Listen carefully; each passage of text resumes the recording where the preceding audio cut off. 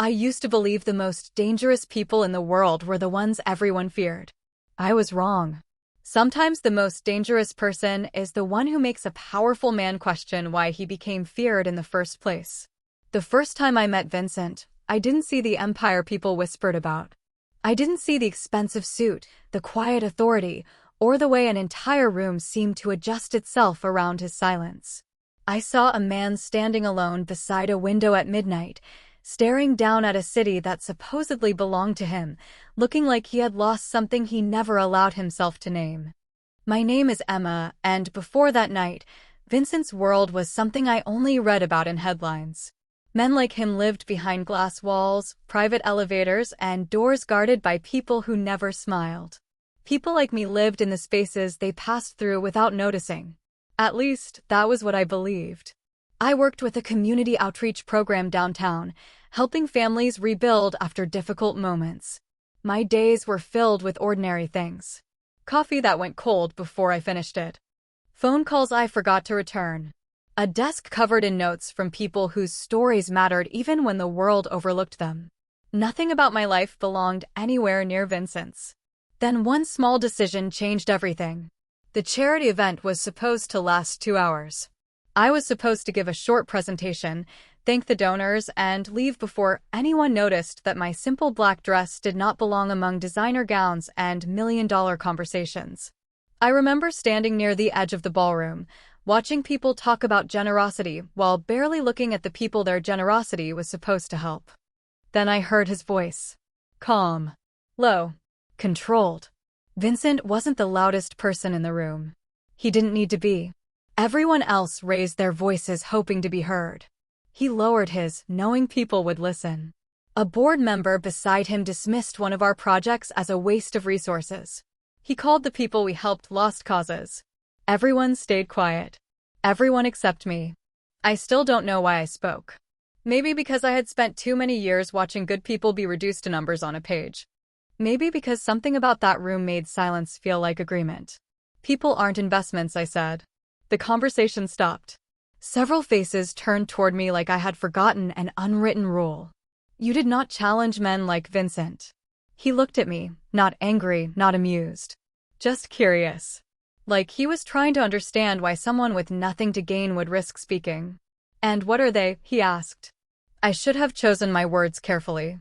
Instead, I told the truth. They're people. If you need a profit report before deciding someone deserves a chance, maybe you're not helping them. Maybe you're just buying the feeling that you did. The silence afterward felt endless. Someone tried to apologize on my behalf. Vincent raised one hand slightly, and the room stopped again. That was the first thing I noticed about him. Not his power. His restraint. He could have embarrassed me. He could have reminded everyone exactly who he was. Instead, he looked back at the documents in front of him. Then he did something nobody expected. He approved the project. Later that night, I found him away from the crowd, alone near the window. You enjoy challenging people? He asked. No, I said. I just don't think agreeing with someone because they're powerful is the same thing as respecting them. For the first time that evening, his expression changed. Barely. Most people would have missed it. But I saw it. The smallest crack in a wall he had probably spent years building. Most people are careful around me, he said. I looked back at the ballroom filled with people waiting for his approval. Maybe that's the problem. I thought that would be the last conversation we ever had. Two people from completely different worlds crossing paths for a few minutes before returning to where we belonged. I didn't know Vincent would remember that sentence. I didn't know a man surrounded by loyalty had spent years wondering if anyone around him was honest. And I definitely didn't know that months later, when everything between us changed, he would tell me that was the first night someone looked at him and didn't see what he controlled. They saw what it had cost him. After that night, I expected Vincent to disappear back into the world he came from. People like him entered ordinary lives for moments, not permanently. They arrived like storms, changed the air around them, and moved on before anyone understood what had happened. For almost 2 weeks, that was exactly what I thought he had done. The city kept moving. My alarm still rang before sunrise. My coffee still went cold on my desk. Families still walked into our center carrying problems too heavy for anyone to carry alone. Everything looked the same. But somehow, something felt different. I started noticing small changes. The broken heating system in our building that we had requested repairs for during the past year was suddenly replaced. The outdated computers our staff shared were upgraded. Programs that had been waiting months for approval suddenly received support. Everyone celebrated. Everyone called it luck. I knew better. Luck did not move that quietly. One evening, while everyone else had already left, I stayed late organizing files. Rain tapped softly against the windows, turning the streetlights outside into blurry gold reflections. That was when I saw a black car parked across the street. I should have ignored it. In a city this size, expensive cars were everywhere. But something told me this one was different. A few minutes later, Vincent walked through the front door carrying no announcement, no entourage, no expectation that anyone should stop what they were doing because he had arrived. Somehow, that surprised me more than if he had. "You work late," he said. I looked at the clock. It was almost 11. "So do you." He glanced around the small office. The walls covered in children's drawings. The old coffee machine in the corner. The handwritten thank you cards taped near my desk. His world was made of marble floors and locked doors. Mine was made of things people left behind because they mattered. "You fixed everything," I said. He looked at me. "The center needed resources." "That is not what I meant." Silence settled between us. Vincent was comfortable with silence. I learned that quickly. Most people rushed to fill empty spaces with explanations. He waited inside them. "You helped without telling anyone," I continued. "Why?" His answer came after a pause. "Would it matter if they knew?" Most people would have said yes. They would have wanted their name on a wall. A speech. Recognition. Vincent did not. That confused me because it did not match the version of him the world believed in. "You know what people say about you, right?" I asked. Yes. There was no anger in his voice. "Does it bother you?" "It used to." The honesty caught me off guard. For a moment, I saw something behind the controlled expression. Not weakness. Something older. Something carefully hidden. "What changed?" He looked toward the drawings on the wall instead of answering immediately. One picture showed a small house under a bright yellow sun. Another showed a family holding hands. Simple things. Things money could not create. "Eventually you stop correcting people who already decided who you are," he said. That sentence stayed with me longer than I wanted to admit. Because I realized Vincent and I had made the same mistake about each other. I assumed power meant he could not understand pain. He assumed kindness meant I had never faced it. Both of us were wrong. Over the following weeks, Vincent appeared more often, but never in the ways I expected. He did not bring expensive gifts. He did not make promises. He simply noticed things. A volunteer mentioning a problem once and finding a solution days later. A child at the center talking about a book they loved and discovering a new copy waiting on the shelf. Small actions. Quiet ones. The kind nobody could trace back to him unless they were paying attention.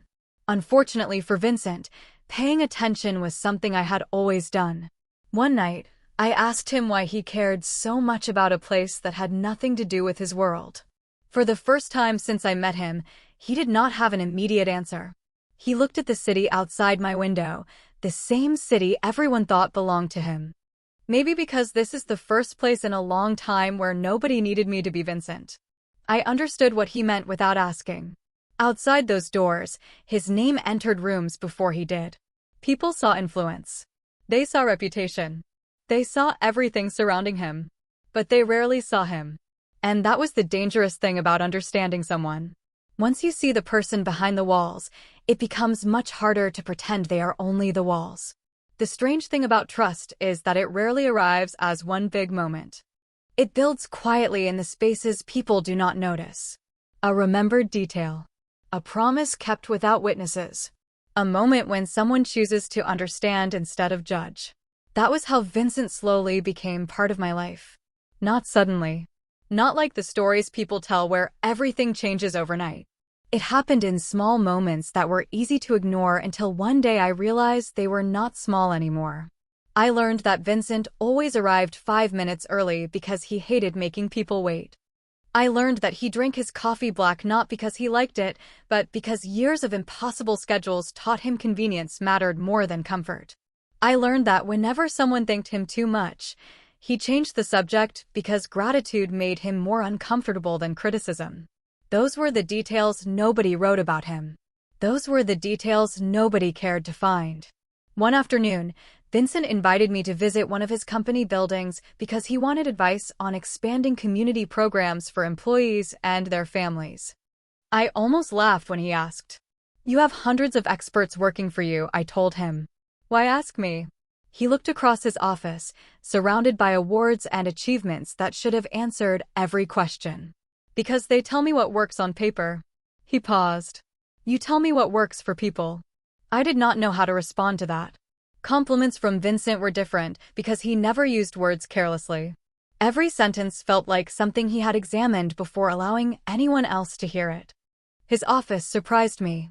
I expected something designed to impress people. Instead, it felt almost empty. Everything was perfect. Too perfect. No personal photos. No random memories. Nothing that suggested someone actually lived inside that success. I walked toward a shelf near the window and noticed a small wooden figure placed behind several business awards. It looked handmade, completely different from everything around it. "This does not match anything in here," I said. The moment I touched it, Vincent's attention shifted. Not dramatically. Just enough for me to notice. "Someone made it for me a long time ago," he said. I waited, but he did not continue. The old me might have asked more questions. But by then, I understood something about Vincent. He did not hide things because he wanted distance. He hid them because some memory still had weight. So I simply placed it back carefully. "They must have mattered," I said. His eyes stayed on the little wooden figure. They did. That was all he gave me. And somehow, it felt like more than anyone else received. But the closer I got to understanding Vincent, the more I noticed the invisible line he never crossed. He would help. He would listen. He would show up. But whenever a conversation came too close to who he was before the world knew his name, he stepped back. Not physically. Emotionally. Like a door closing without making a sound. I ignored it at first. I told myself everyone had things they were not ready to share. But understanding someone does not mean pretending their walls are not there. One evening, we walked through a neighborhood where one of our new programs had opened. For once, nobody recognized him. Nobody approached him. Nobody treated him like someone important. He looked different without all the expectations surrounding him. Lighter. Almost peaceful. "You know, you're allowed to be this version of yourself more often," I said. He looked at me. "What version?" "The one who is not preparing for something to go wrong." The words affected him more than I expected. His expression remained calm, but I saw the truth before he admitted it. Vincent did not just expect problems. Some part of him believed peace was temporary. "You notice too much," he said quietly.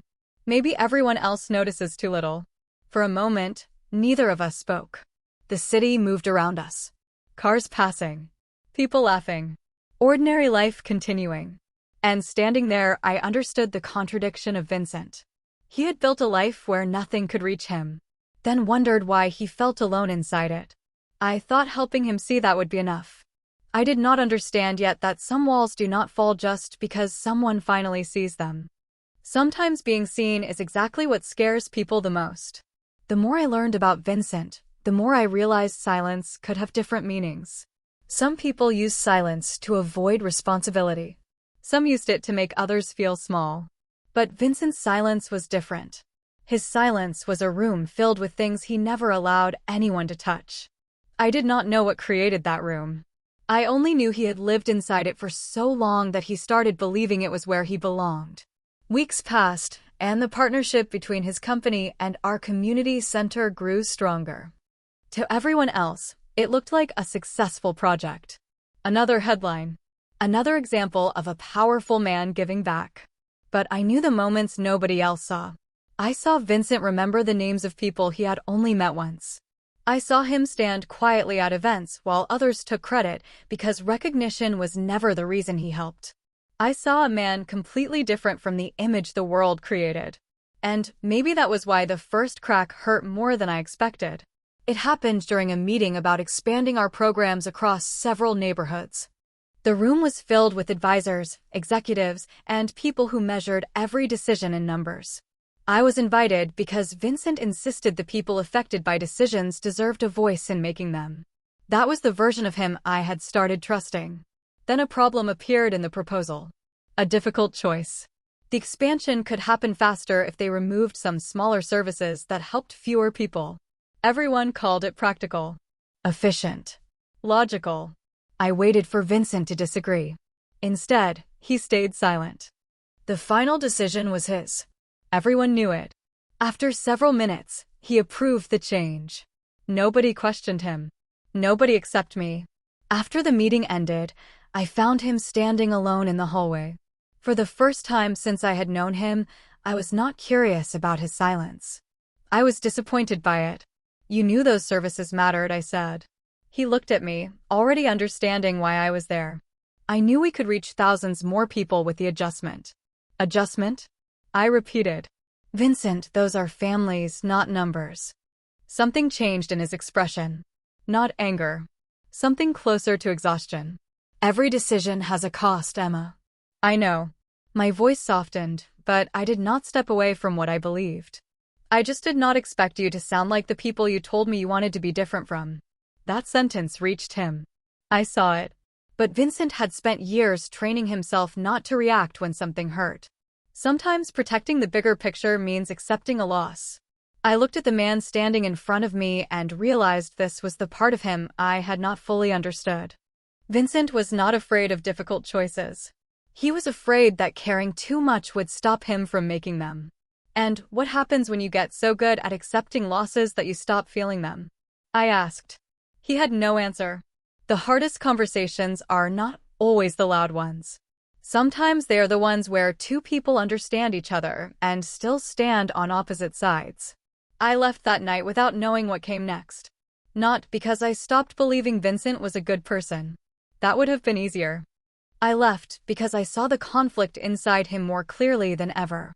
There was the man who wanted to help people. And there was the man who believed every emotion had to be controlled before it became a weakness. A few days passed without us speaking. I focused on work. Vincent focused on fixing problems the only way he knew how, quietly and from a distance. Then one morning, I arrived at the center and found a small envelope on my desk. Inside was a handwritten list. Every family affected by the removed services. Every alternative solution created overnight. Every resource protected. No announcement. No explanation.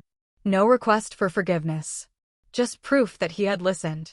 At the bottom of the page was one sentence written in Vincent's careful handwriting. "I still believe hard choices are necessary.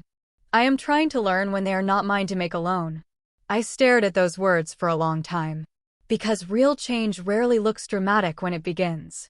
Sometimes it looks like someone powerful finally admitting there is something they still need to learn. The list Vincent left on my desk should have made everything easier.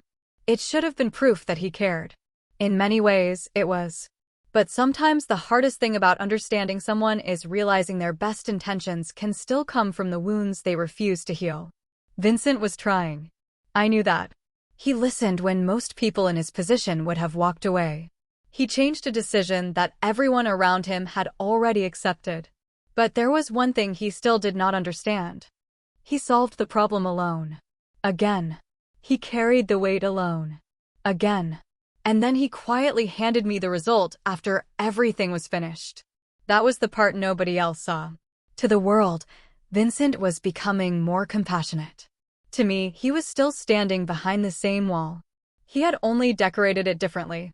A week later, the community center hosted a small event for the families involved in the expansion program.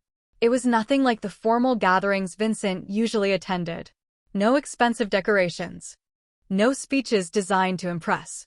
Just folding chairs, homemade food, children running between tables, and people who were grateful because someone finally remembered them.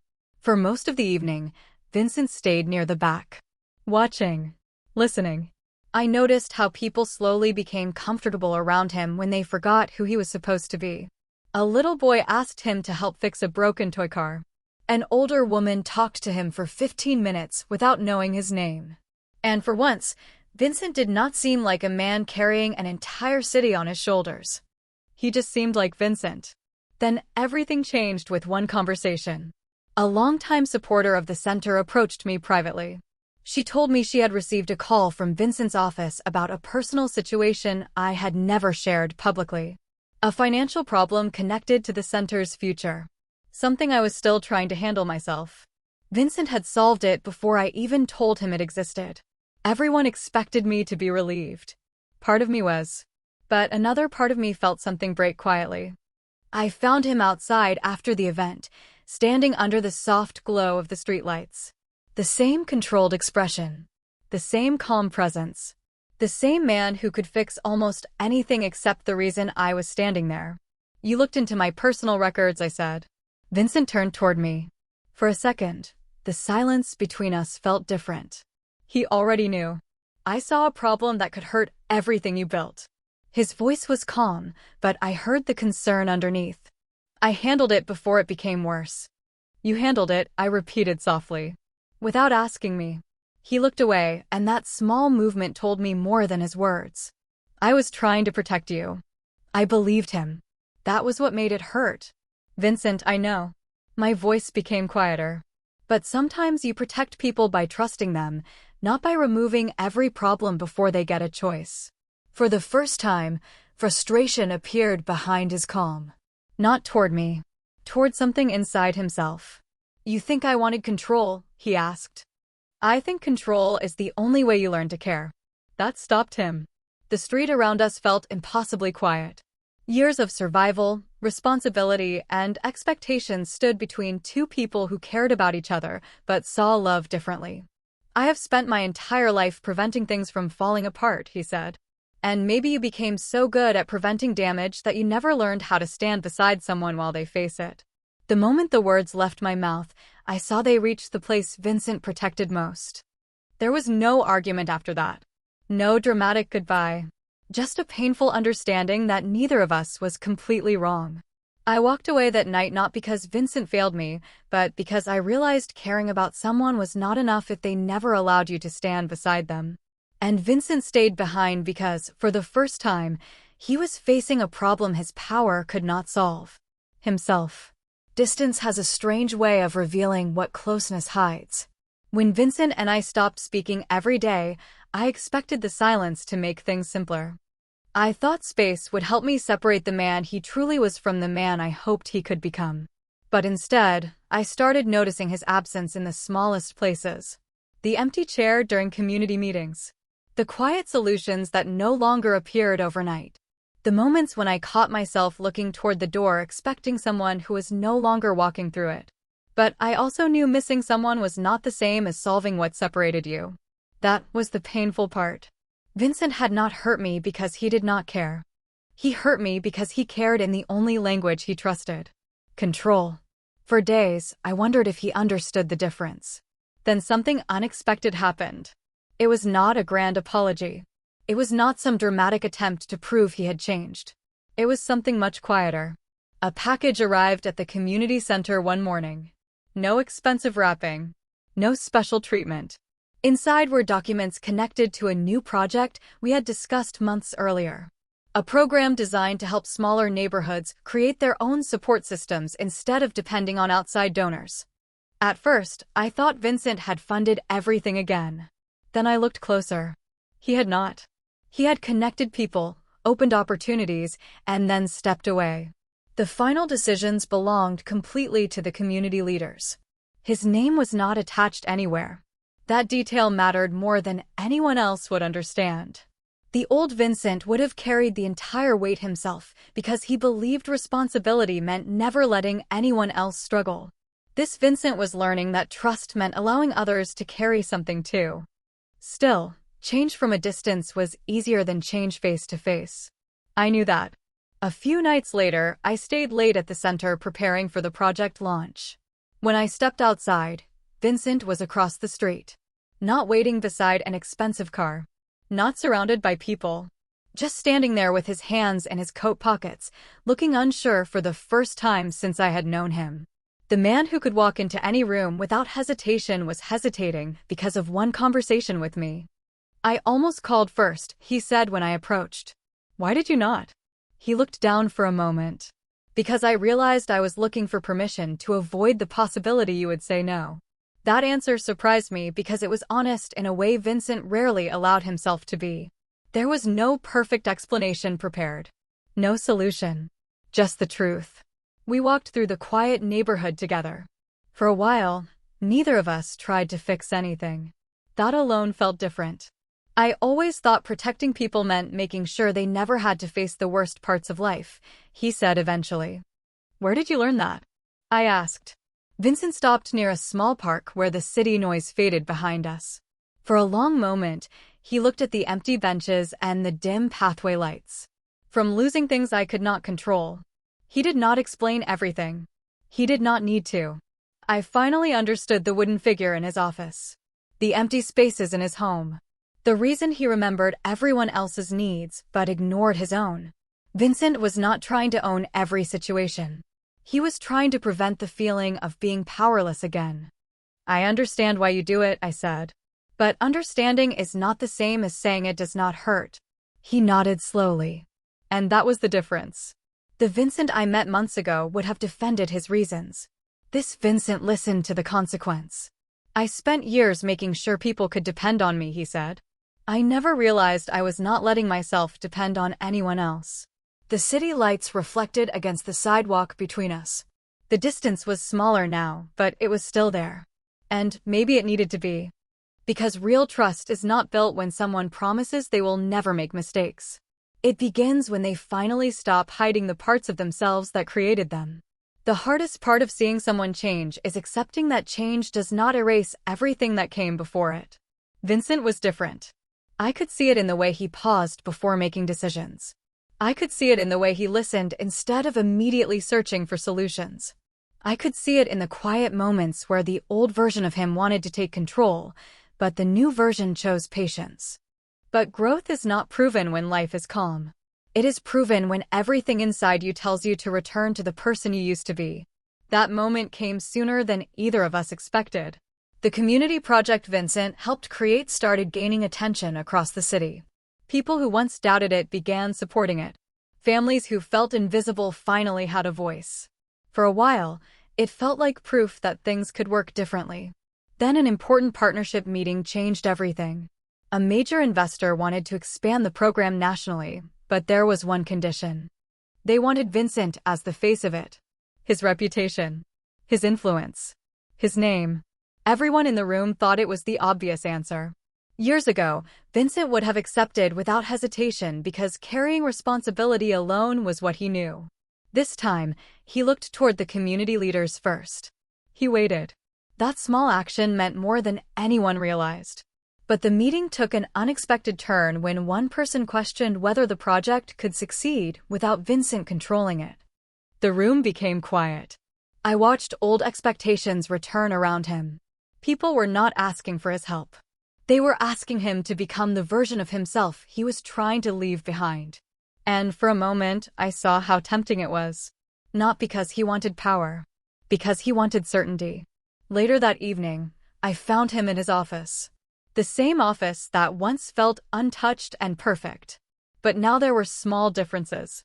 A thank you card from the center sat near his computer. The wooden figure was no longer hidden behind awards. It was placed where anyone could see it. Part of me wanted to say yes immediately, he admitted. I appreciated that he told me the truth. Why did you not? Vincent looked at the city outside. Because I heard your voice asking what it would cost. The answer should have made me happy. Instead, something about it worried me. Vincent, I said softly. I do not want to become another rule you follow. He turned back toward me. What do you mean? I mean, I do not want you making choices just because you think they are what I would approve of.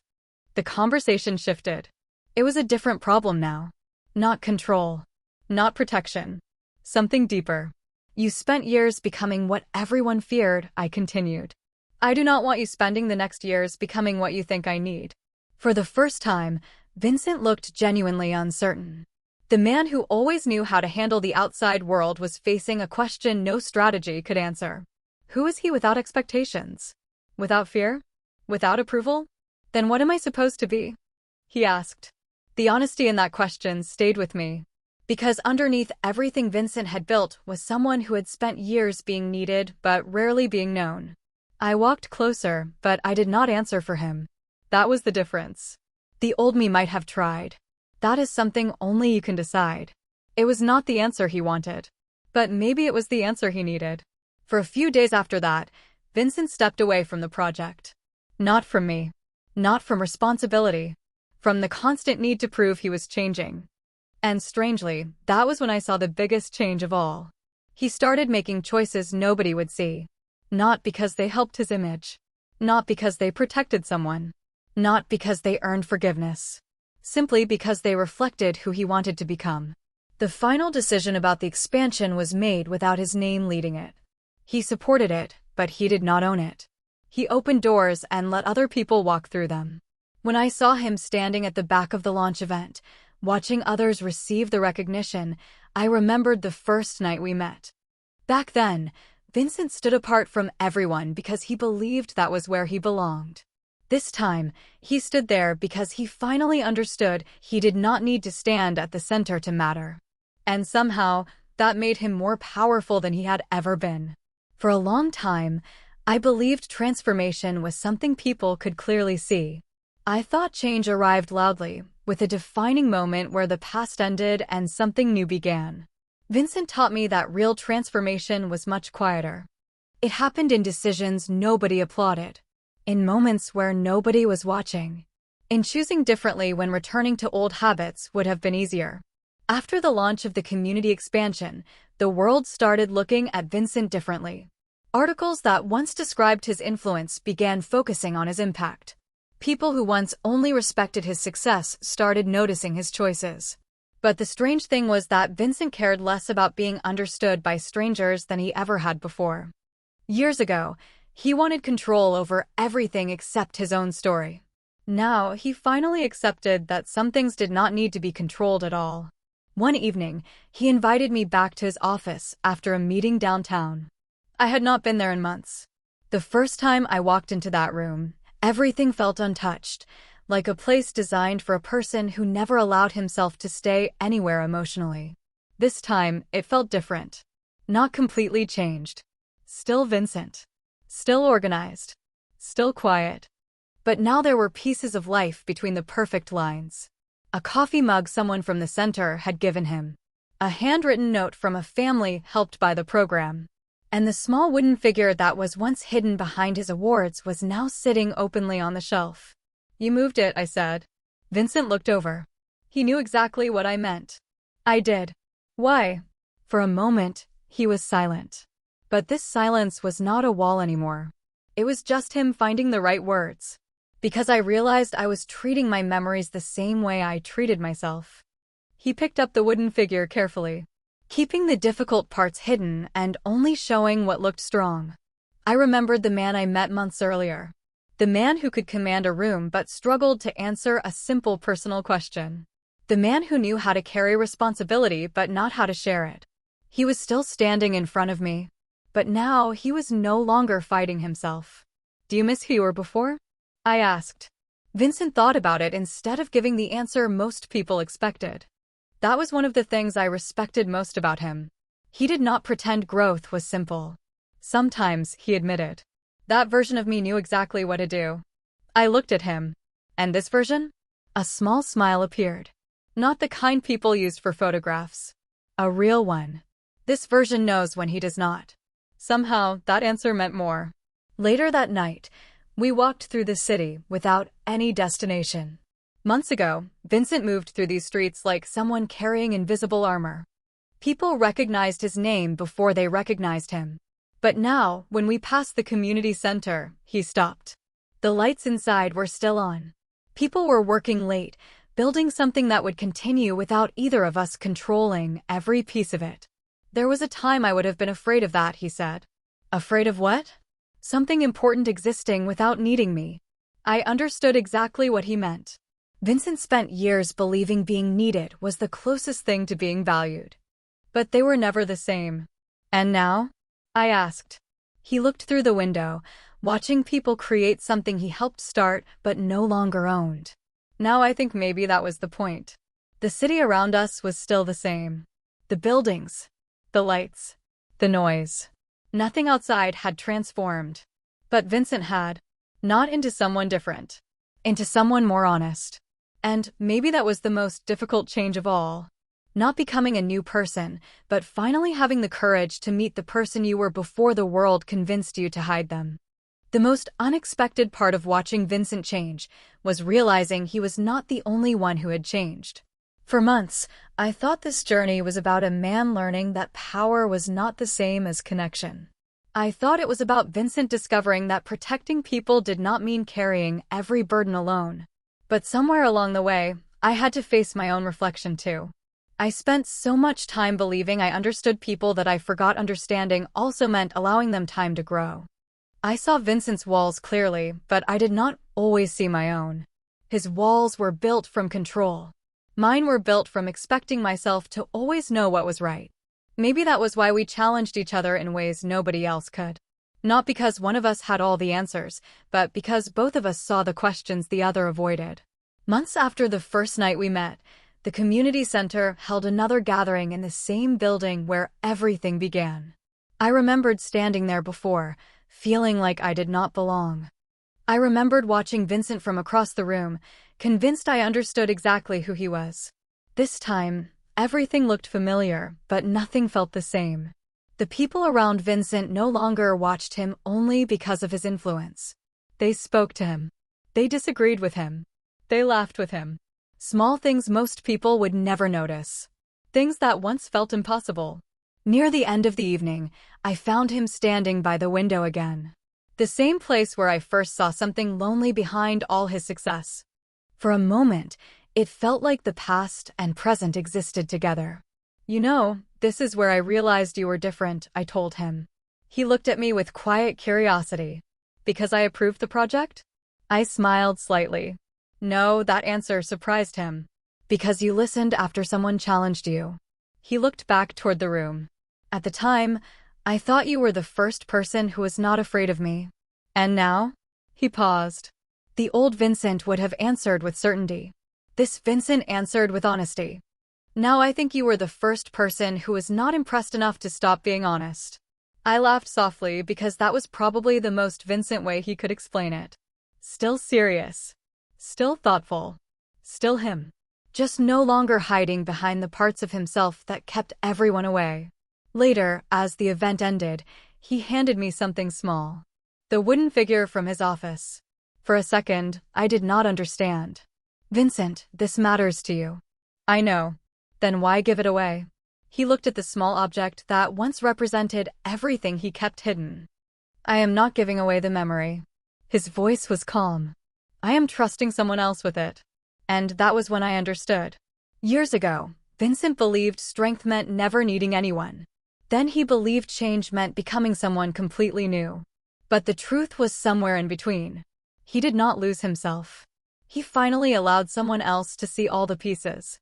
The confident ones. The uncertain ones. The ones the world celebrated. The ones he thought he had to hide. Time moved forward after that night. The center grew. People changed. Life continued the way it always does, carrying both what we gain and what we cannot get back. Vincent was still Vincent. He still arrived early. He still thought before speaking. He still carried responsibility naturally. But now, when the weight became heavy, he no longer pretended he could not feel it. And I was still Emma. I still questioned things. I still believed people mattered beyond what they could prove. But I learned that even the strongest walls usually have a story behind why they were built. Sometimes people ask me if I changed Vincent. I always tell them no. People do not truly change because someone else demands it. They change when someone finally creates a space where they can stop pretending. Vincent once controlled every room he entered. But the greatest victory of his life was learning he did not have to. Because the right people do not stay because you hold on tightly. They stay because, for the first time, you give them the freedom to choose.